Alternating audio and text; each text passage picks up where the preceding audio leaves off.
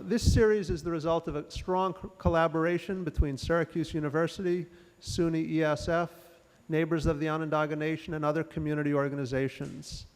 The series seeks to provide the knowledge and inspiration which we hope leads to a thoughtful, conscientious, and justice-seeking response on the part of our community to the Onondaga legal action.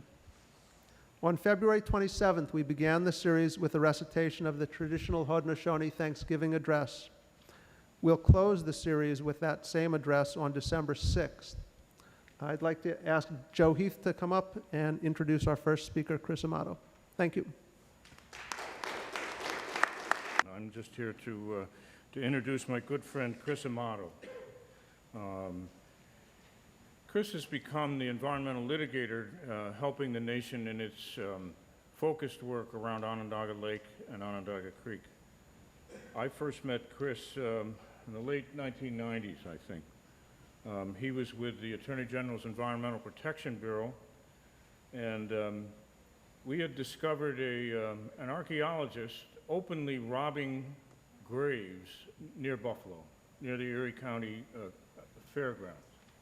This was a renowned archaeologist who was often quoted in the papers, and it was just going on in broad daylight. That's the kind of atmosphere that existed in this state. We have very poor archaeological laws, unmarked burial sites where most of the Haudenosaunee are buried everywhere because they lived everywhere.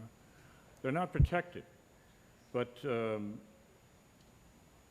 he was working for the state at the time. I was working for the Tonawanda Senecas and the Tuscaroras, and we joined together. I think that's the first time that we know of that had happened. We filed a federal lawsuit under the Native American Graves and Protection Act, and we stopped the looting.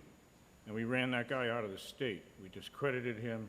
He cannot dig anymore in New York State. He was also associated with a college. He was using the students. That's how bad the situation was. I think that case really turned the corner on archaeological protection for Native American villages and burial grounds in the state. Chris has since left the Attorney General's office, gone into private practice, and we've worked on more projects together than I probably was able to remember in preparing these remarks tonight. I know that he's working for the Akwesasne Mohawks, fighting the terrible effects of the GM and Alcoa dumps, both in the air and the water and the land up there.